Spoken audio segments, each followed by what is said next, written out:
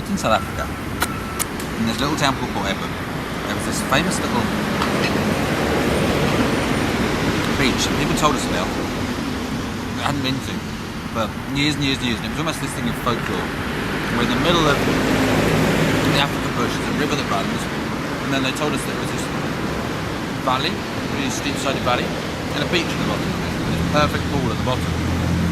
And no one had found it for absolutely ages. When I worked for this four-wheel drive company, we decided that we were going to go off and try and find this amazing beach, this inland beach, and we had rough directions. We headed off into the middle of the bush, into the Bundu, where all the Zulus are, and into the Bundu. It's what the South Africans call the middle of the bush. It's like going bush bashing here. Okay. We went to the Bundu.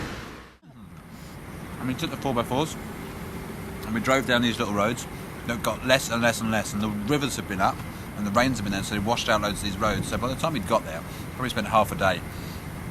And we came down this plateau through this little Zulu village, and there's kids running alongside and they're all going, "Sweets, sweets, sweets, Mr. Sweets," and you end up just getting so fed up with it. You don't give them any sweets, you don't feed them, then you end up. And we kept going through the village, and all the kids left us, and we got down to this tiny little track that was very, very overgrown. And we could see that there was something dropping away down the other side. As we came through this sort of grass, quite high up down the sides of the vehicle, the grass. As we came through the grass, all of a sudden, jam on the anchors, literally throw the brakes on, because it just dropped away to nothingness. And we thought, this has got to be getting close now, we're near the river, this must be where it is. Yeah. And no one had been down this track for so long, because it had grown up so much. And as we opened out, we climbed off and walked along to the edge of this cliff. There was this overhanging rock.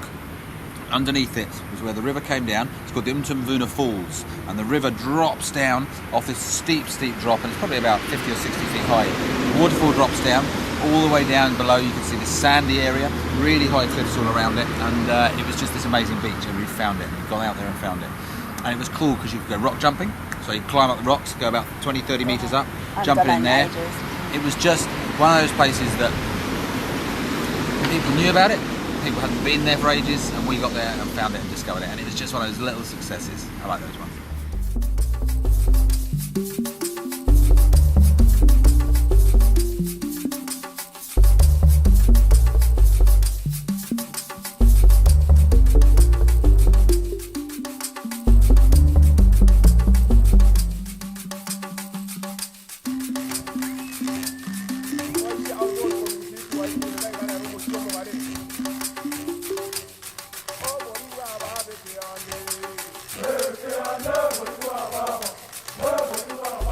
Total 100% utter local integration.